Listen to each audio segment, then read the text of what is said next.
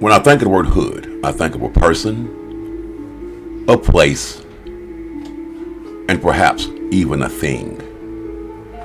I'm Sir Creepsta, and welcome to Muhlenberg County Ghost Stories from the Hood. Tonight's tale of terror is entitled The Skeleton Lady. As a young man growing up in the hood, I recall my mom frequently telling me that I've always had devilish ways about myself.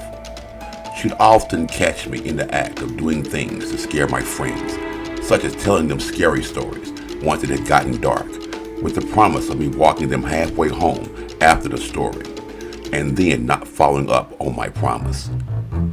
Then there were times that I would trick them into doing something, but telling them that I would do it too, then at the last minute, backing out of it. So, whenever I started telling Mom about all of the strange things that I both seen and heard that couldn't be explained, she would just tell me that because of my ways, it was most likely the devil himself causing all of the supernatural events that seemed to happen in my life. I laughed this off, and I continued to be the trickster that I always was throughout my teenage years. Tonight's tale of terror involves myself once again. The events that I'm about to talk about are a prime example that karma is definitely real. So, sit back, relax, grab some snacks, and be entertained to yet another Muhlenberg County ghost story from the hood. As a youngster growing up in the hood, I would often take the railroad tracks near my house and walk downtown. Upon arriving in town, I usually go to the local stores, diner, theater, and etc. But more often than not, my favorite spot to go to was our local library, with the overflowing anticipation of reading the huge Greenville Leader books that were readily available to the public. The books were comprised of articles that had been written and published over the course of many years, detailing local sports and current events that had happened throughout those particular years. I'd often spend hours there roaming from one book to the other, glancing through the articles in the books dating back as far as the local newspaper had been in existence. I found this to be very relaxing, knowledgeable, as well as entertaining, especially browsing through the sports sections from year to year. Then after having got my fill of the articles that I browsed through pertaining to the local stories and events, I'd say my goodbye to the librarian on staff for that day and head back home. I'd replicate this same daily routine throughout the entire year. On and around the time I was 15, I was still heavily engaged in making my daily walk to the library, continuing to take the railroad tracks as a means from getting from point A, the hood, to point B, downtown, seeing that it was by far the fastest route for me.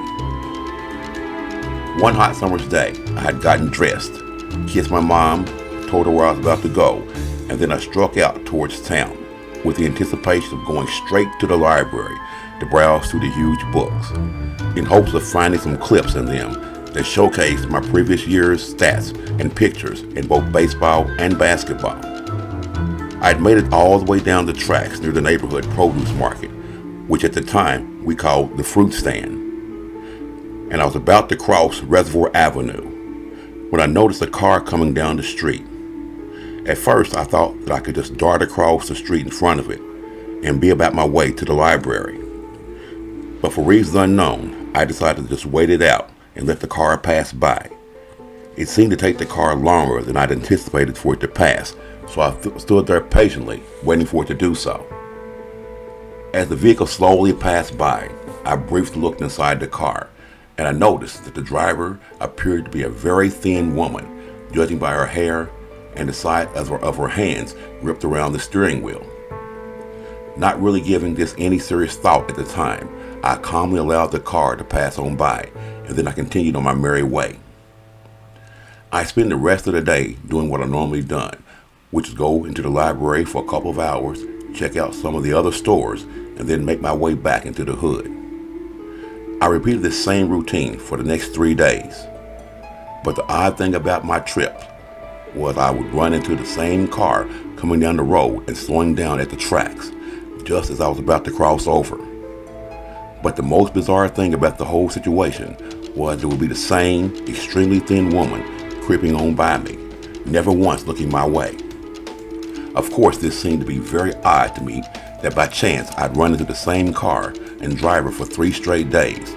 But being a teenager on a mission to get to the library, I really didn't give it a second thought. It wasn't until the 4th day that things would take a turn for the worse and put such a scare inside me that I nearly stopped making my daily trips downtown.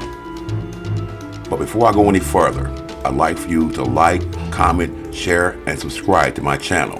And please don't forget to click on the little bell icon so you can be notified each and every time I upload a new video. With that being said, let me carry on with my story. As I stated earlier, I had made it all the way down the tracks and I was about to cross the street when lo and behold, here comes the same creepy car slowly making its way to the train crossing.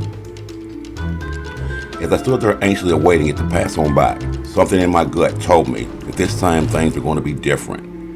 Not knowing what to expect, I stood there with my eyes glued to the car as it slowly approached me. Once the car had gotten right beside the spot where I was standing, which was in the middle of the tracks, it proceeded to ease its way across the tracks. Only this time, instead of the woman continuing on her way like she had done on the previous times before, she came to a complete stop on the tracks and then slowly turned and looked in my direction. We instantly made eye contact, and there for a moment it felt as if the two of us were frozen in time.